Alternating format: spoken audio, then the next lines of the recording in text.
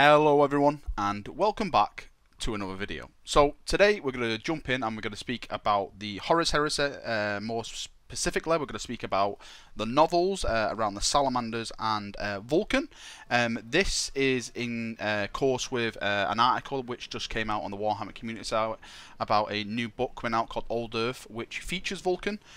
So this video is going to be about Vulcan's path during the Horus Heresy, and we're going to be talking about this new book, Old Earth, and where it may lead. So just for those people who don't know, this video is going to contain huge spoilers.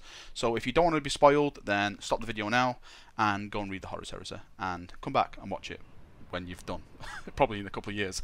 So yeah, let's jump in and let's get started. So Vulcan is a very special Primarch out of all the Primarchs, I personally think, because he has one thing that none of the other Primarchs have, and that he is a perpetual. Now, for those of you who don't know, I'll briefly go over what a perpetual is. In layman's terms, it means that you can't die. If you get killed, you come back to life.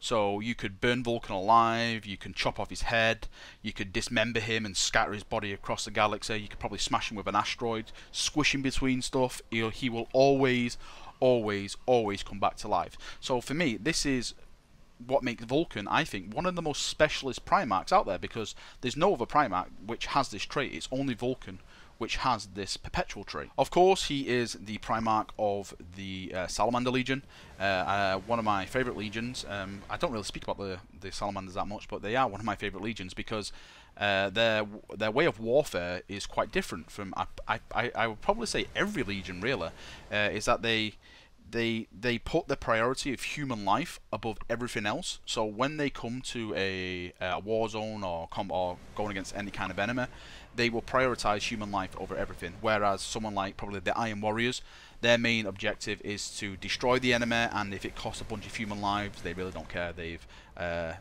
gone for their main task of destroying the enemy. So the Salamanders stand alone at that. They put human life before everything else. So I think it's best to start at the beginning of the Horus Heresy and work our way forward to where we can start discussing more about Vulcan and what's to come. And I think the best place to start off is the Drop Site Massacre. Now, for those people who don't know, the Drop Site Massacre was a huge blow to the Loyalist legions during the Horus Heresy. Basically what it was, the Sons of Horus, Death Guard, Emperor's Children and World Eaters put themselves on Isstvan 5, and they awaited a retribution strike force of the Iron Hands, Raven Guard, Salamanders, Alpha Legion, Iron Warriors, Night Lords, and I think it was the Word Bearers as well. I don't think anyone knew that the Word Bearers had committed heresy at that time. But what the Iron Hands, Raven Guard and Salamanders didn't know is that the Alpha Legion, Iron Warriors, Night Lords and Word Bearers had already sided with Horus and all the other traitor legions. So once the Iron Hands, Raven Guard and Salamanders landed on the planet, every legion then turned on those three legions, and it became an absolute massacre.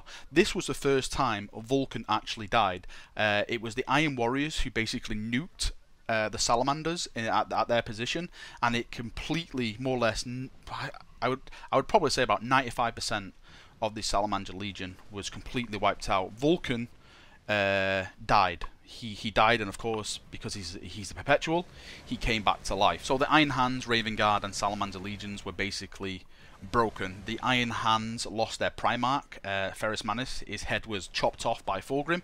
That is a big thing in the Horus Heresy. For those who don't know, there's a book on... I should probably say, the entire Horus Heresy covers all this. So if you want to go and read the books, go and read them. There's some fantastic reads in there. So, yeah, the Iron Hands lost their Primarch. His head was chopped off. The Raven Guard were just more or less wiped out. Completely wiped out. Same as the Salamanders. Those who could escape actually did escape. And then they made something called the Shattered Legions, where they all joined together, these legions who were basically shattered, and they tried to do tasks together to try and hinder the enemy. But that's another story for another time. But the big thing that came out of this is that when Vulcan came back to life, he was captured and he was placed as a prisoner of the Night Lords under Conrad Kurz. Now this is where it gets very, very interesting and kind of brutal as well. So Vulcan was given over to the Night Lords and he was put on the Nightfall, the Night Lord's flagship, and of course he had Conrad Kurz as his basically prison warden. He was actually put in like this kind of maze prison, which was designed by Perturabo. So this was like a Primarch level prison. So you know, it's like really no escape. But basically, if it's something designed by Perturabo, it's really not going to break unless you're Rogodon and you know how to break that kind of stuff. Hey hey. So yeah, he basically designed that prison for him, and he was kept in there. And Conrad Kurz basically tortured him every day. I'm not going to sugarcoat it. He tortured him every day. He was killing him and stuff like that. But Kurz then really started to get quite mad. He's like rage got very like, why can't I kill you? He was so full of rage that he learned that Vulcan just couldn't die. So every time he killed him, he came back to life. Like he burnt him alive. I think he chopped his head off one time. He even stabbed him in the heart with a fork, which I found absolutely hilarious, and ripped his heart out. But still, Vulcan would not die. So to cut a long story short, because I think we're dragging on a bit here, he basically found his hammer, which was a teleporter as well. It was originally designed for Horus, but of course Horus went to be a bad person, so he kept the hammer for himself. So he teleported himself off the ship, off Nightfall. May I add, by the way, he beat Kurz to a pulp with that hammer before teleporting off. So he teleported off the ship, and of course, where did he teleport to? Where's he got to go? I don't think he really knew, but he basically just teleported, and it put him in the atmosphere of Macragge, and he re-entered the atmosphere. Of course, he was burnt up to a crisp, and of course he's Vulcan, so he resurrected himself again.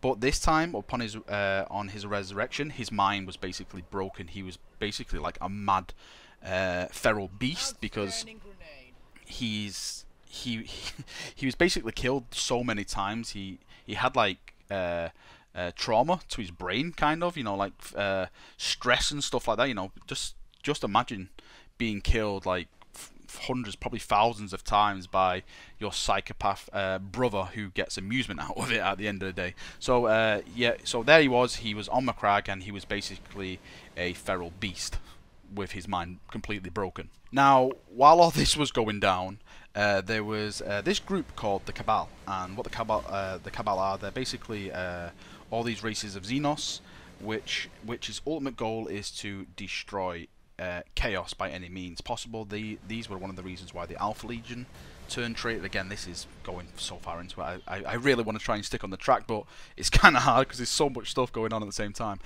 So they knew what Vulcan was. They knew Vulcan's purpose. He was basically called something. Well, they referred to him as the Gatekeeper.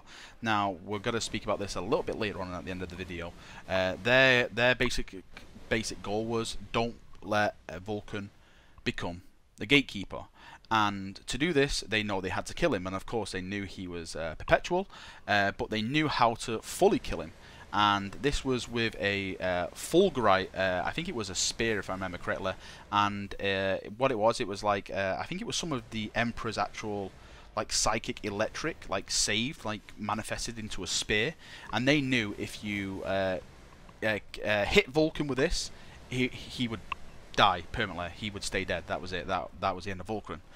So they sent two other perpetuals called John Grammaticus and Damon Pritanis. I think that's how you pronounce his name. So they sent them to go and kill Vulcan upon Macragge with this Volkai spear. Now on Macragge you've got Vulcan as a feral beast, but now Conrad Kurz has also turned up on Macragge, like in secret, like hid aboard the Lion ship. So he's here, he's doing all his like kind of Batman kind of murdering spree, like killing everyone, and everyone's trying to find him and stuff like that. But about the Fulgurite spear itself, if I remember correctly, that you can only permanently kill Vulcan with it if it is another Primarch which is wielding it. So the plan was to give it to Kurz, who would then kill Vulcan with it. But while they were on their mission, they were contacted by Eldrad Ulfrin. He's this Eldar guy, for people who don't know. Again, that's another story for another time. There's so many leads with this, by the way. And he didn't agree what the Cabal were doing. He actually saw like they needed the human race to combat chaos and stuff like that. So he didn't really agree. So he basically told John, "Don't give it Kurz. If you actually stab him yourself with the spear, then Vulcan will become fully healed and his mind will come back." So there was a big fight, and Kurz was there. You know, feral, like, I should probably just call him the Hulk. The Hulk Vulcan was there, smashing everything apart and stuff. And then John managed to stab him. I think he stabbed him in his heart, if I remember correctly.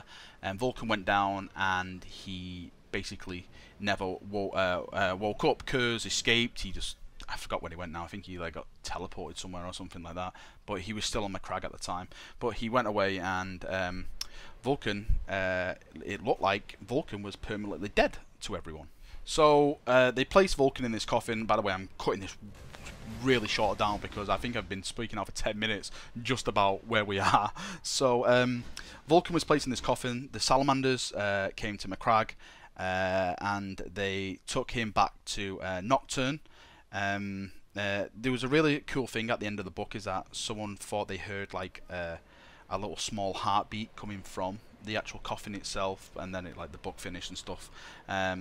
So they took him back to Nocturne, and they were basically going to dump Vulcan into a volcano, to put it in layman terms. May I add, right, there's a really awesome guy throughout this whole series who's not really mentioned. Well, he is mentioned, but you know, he's not really mentioned as like you know, like a Sigismund or, you know, like an Abaddon kind of person. But he was a really cool captain, and he's Captain Numion of the Salamanders, and you know, he was the one who rescued well, Vulcan's body, should I say. And you know, he did go a bit crazy when finding out that Vulcan was dead, because he was basically always saying, "Vulcan lives, Vulcan lives, Vulcan lives." So they took the body back to Nocturne to dump into a volcano. The Salamanders believed that if they dumped Vulcan into the volcano, that he would be reborn, because they believed that Nocturne would bring him back to life. I think it was called the Promethean Creed, if I'm not mistaken. So there they go. They go back to Nocturne. They dump him into the volcano, and nothing happens. You basically, you know, some time passes, and Numion, who I said is this awesome first captain of the Salamanders, he basically, he's like suicidal in a way. He's like, oh, all is lost, stuff like that. So he goes and climbs up the slopes of this volcano. I think it was called Mount Deathfire, if I'm not mistaken. So he goes and climbs up there to, I don't know, maybe to sling himself in or something like that. There's a rescue party which is sent out to go and find Numion, but instead of finding him, they find Vulcan, alive and well. And that is where we're up to at this current moment in the books. Phew, that was a long kind of speech about all that. So right, we're up to date. Now let's get in and speak about Old Earth, which is the next book of the Salamander series, with Vulcan returning as the Primarch now of the Salamander Legion. So the next book in the series is called Old Earth, of course. I'm going to put the cover up on the screen now quickly so you can see the cover. So the next book is going to be called Old Earth, and from the information we've gathered off the internet, this was spoke about I think a couple of months back when all this was in planning stages, is that Vulcan's story is him going to return to Terra, and he has to do something very important because of his uniqueness as a perpetual, with, you know, his basic skills. So Old Earth is going to be set on Terra. Now this is where my theory comes into it.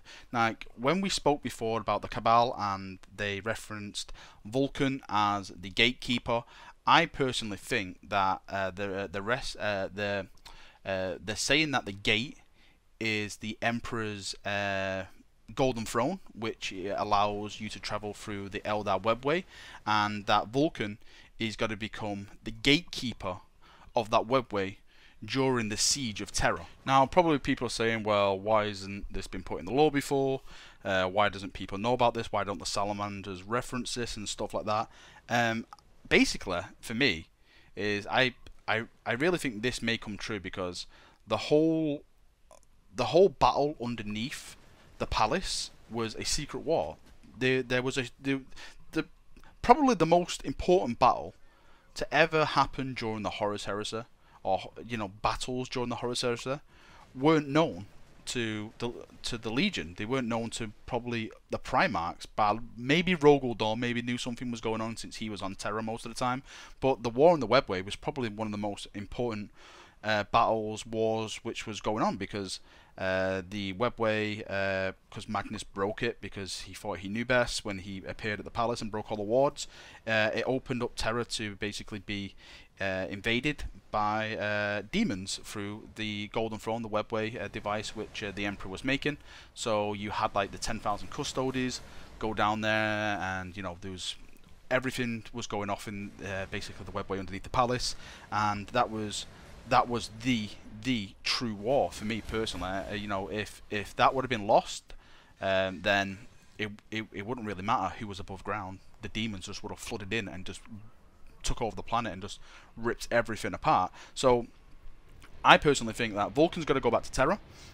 He's got to become the gatekeeper, which the Cabal didn't want him to become the gatekeeper because he is a perpetual. He can die again and again and again and again and come back to life and keep holding the gate, while maybe the Emperor leaves the Golden Throne and goes up and fights Horus. So because the Emperor's been sat on the Golden Throne and he's keeping them at bay at the moment. So once he leaves, I know we have Malcador go and sit on there, but I'm sure maybe a bit too much for Malcador, or maybe he dies even before the Emperor can finish the deed with Horus, and Vulcan has to then defend the Webway Gate with him and whatever salamanders he's got left. Maybe some custodies down there and stuff like that. So that's where I personally believe Vulcan becomes the gatekeeper. He holds the gate, he stops the demons coming through, which the Cabal didn't want. They wanted the demons to break through and butcher everyone in Terra, including the Emperor and all that kind of stuff. Again, this is just my theory. I would love to hear your theories on this, by the way, if you've got a